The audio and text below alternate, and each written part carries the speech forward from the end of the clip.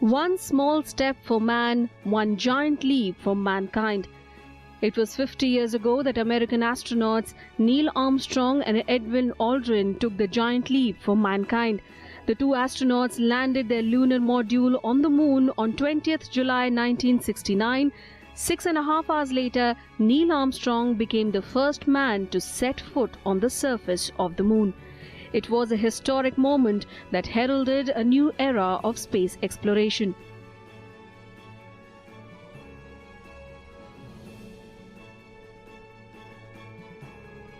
The Apollo 11 mission occurred 8 years after then US President John F. Kennedy announced in 1961 a national goal of landing a man on the moon by the end of the 1960s.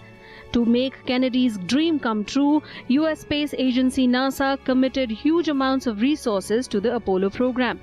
About 4 lakh people worked on the program and it cost $25 billion at the time.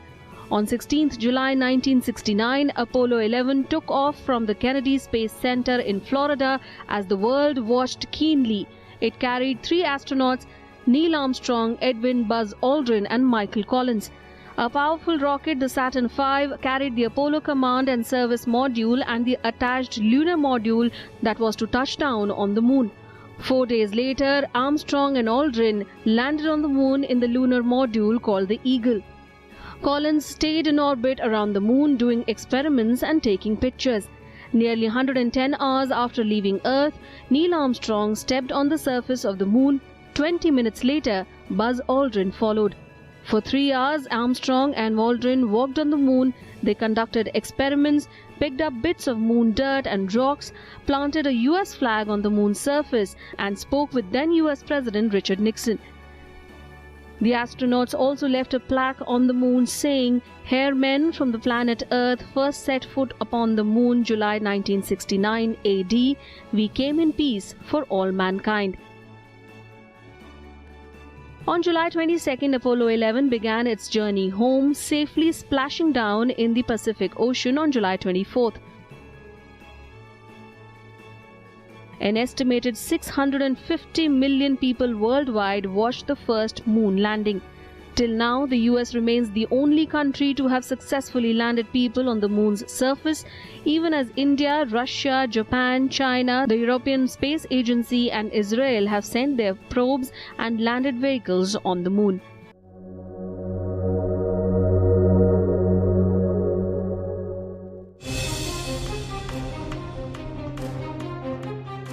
Millions tuned in on July 20th, 1969 to see Apollo 11 touch down on the moon.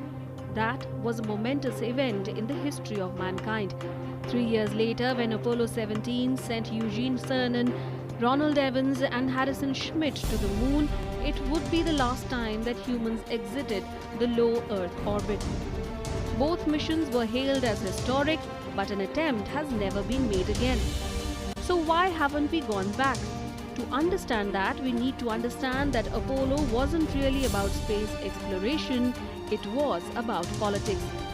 Then US President John F. Kennedy, the man that put humans on the moon, once famously said, "I am not that interested in space." Both Kennedy and his predecessor Eisenhower considered the project unjustifiably expensive. But when Kennedy told Congress on May 25, 1961 that he wanted the US to land a man on the moon within a decade, his change of heart had been triggered by something other than an interest in space exploration. In April 1961, the Soviet Union had launched Yuri Gagarin into outer space, thereby practically winning the space race. Gagarin's launch had come just 4 years after Russia had embarrassed the US with the Sputnik launch in October 1957. Kennedy was just 3 months into his presidency and wanted to restore the prestige of the US and his own standing as president. So he looked towards the moon. There is no strife, no prejudice, no national conflict in outer space as yet. Its hazards are hostile to us all.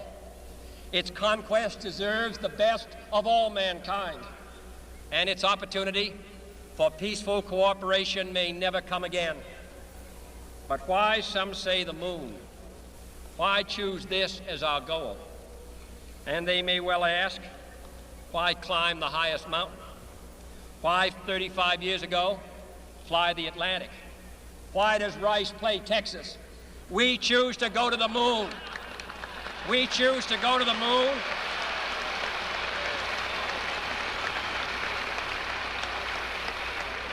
We choose to go to the moon in this decade and do the other things, not because they are easy, but because they are hard. Because that goal will serve to organize and measure the best of our energies and skills. Because that challenge is one that we're willing to accept, one we are unwilling to postpone, and one we intend to win, and the others too. The other motivation for Kennedy was the Cold War. With the Soviet Union far ahead in the space race, this was Kennedy's way of ensuring that the United States took the lead in world affairs. At that time, NASA got a huge slice of the federal budget for the simple reason that the Apollo program was not actually about space exploration. It was about scoring bigger space points and winning. Kennedy told NASA to deprioritize any project that did not directly advance Apollo. The US wanted to get to the moon before the Soviet Union, and it did, thereby gaining the upper hand. But the Apollo project also cost the US over $25 billion, $120 billion in today's dollar, and that figure is a major constraint. The moon is also a 4.5 billion-year-old death trap for humans that cannot be underestimated. Its surface is littered with craters and boulders that threaten safe landings. The US government had to spend millions to develop, launch and deliver satellites to the moon that could map its surface and help mission planners scout for possible Apollo landing sites. With little funding, the human cost of another manned mission to the moon would be huge.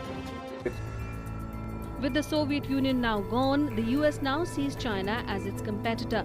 China has advanced its space program by leaps and bounds in recent years. In 2003, China sent its first astronaut into space, becoming the third country ever to do so. After the US banned China from using the ISS in 2011, the country launched its own orbital lab, Tiangong-1, in 2013. In the same year, it landed a spaceship on the moon, and in January this year, it became the first country to land a spacecraft on the far side of the moon. China is catching up, but it will be years before they march ahead. During the Cold War, when space technology was considered to be a direct indicator of the capability of the US society at large, a hugely expensive moon landing spectacle made sense. In a 2019 space race with China, such a gesture wouldn't have the same effect.